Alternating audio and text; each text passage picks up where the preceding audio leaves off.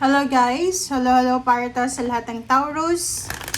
Taurus, this is bi-weekly reading. So, general reading siya. So, gamitin mo yung intuition sa panonood.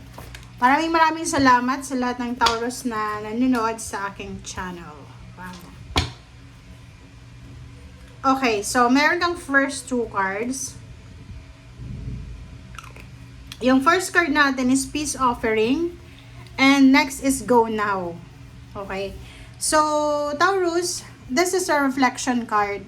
Sinasabi ng barahan na if ever na nakasakit ka ng ibang tao, ng emotion, ng pride, oras na para humingi ng tawad. Or if you need to forgive, kahit walang humihingi ng tawad for your peace of mind, sinasabi ng baraha sa'yo na patawarin mo siya. And patawarin mo sila, patawarin mo yung sarili mo. And yung peace offering nito, maybe may someone na nakagawa ng hindi maganda sa'yo na pwedeng humingi ng tawad or magbigay ng peace offering sa'yo. Okay. Next card natin is Serapis Bay, Go Now. Kung meron sa inyo dito na Taurus na marami kayong pinaplano, it's either mag-apply ng trabaho, mag-travel, lumipat ng bahay, mag-invest, magnegosyo, sinasabi dito na go now, kailangan mo nang gawin siya as soon as possible.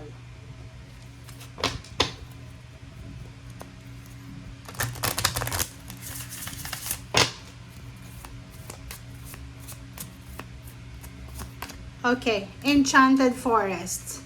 Pag sinabing Enchanted Forest or enchanted talaga, there's mystery, magic, and excitement. So, 27-9. So, ano ba itong hinihintay mo? Pwedeng nag-aantay ka ng pera, ng graduation, naghihintay ka ng promotion, salary increase, homecoming, travel, contract signing, anything na hinihintay mo dito, sinasabi ng baraha sa'yo na matatanggap mo yung milagro, yung mystery, yung magic na pwedeng magdala sa'yo ng sobra-sobrang excitement.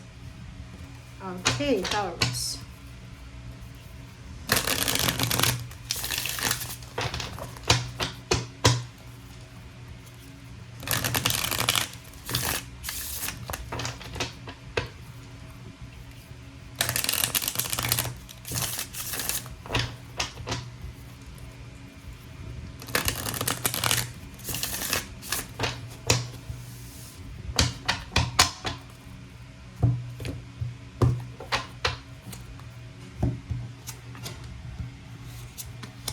Okay.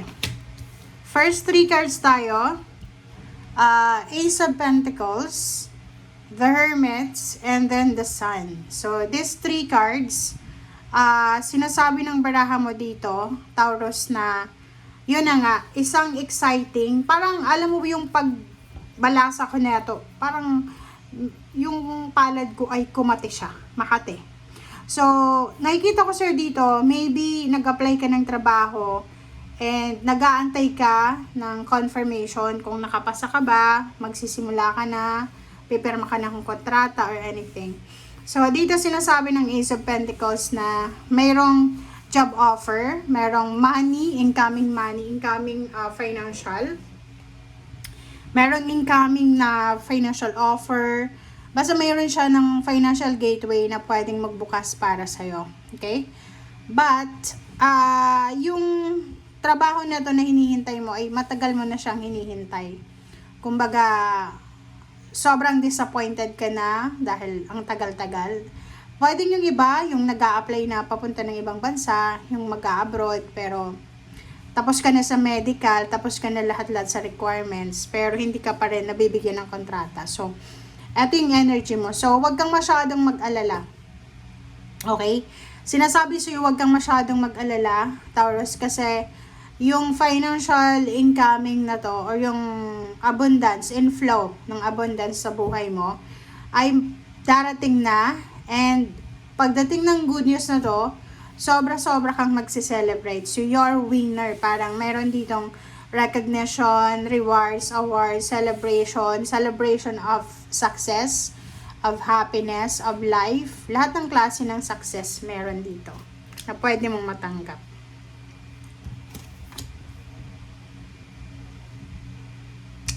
Okay.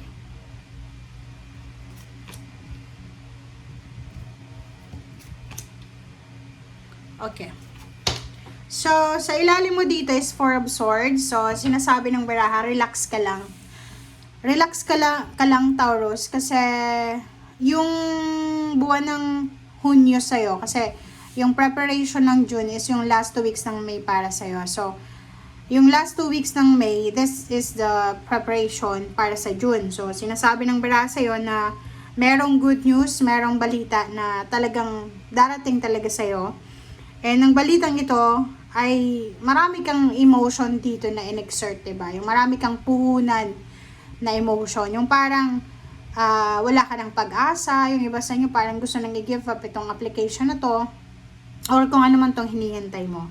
So, kung ikaw ay financially nangangailangan talaga ng pera or financially talaga sobrang broke ka na, said na, huwag kang mag-alala, sinasabi ng baraha sa'yo na kung ano man itong offer na to, financial offer na pwedeng dumating sa'yo, gamitin mo daw ang iyong intuition sa offer na to.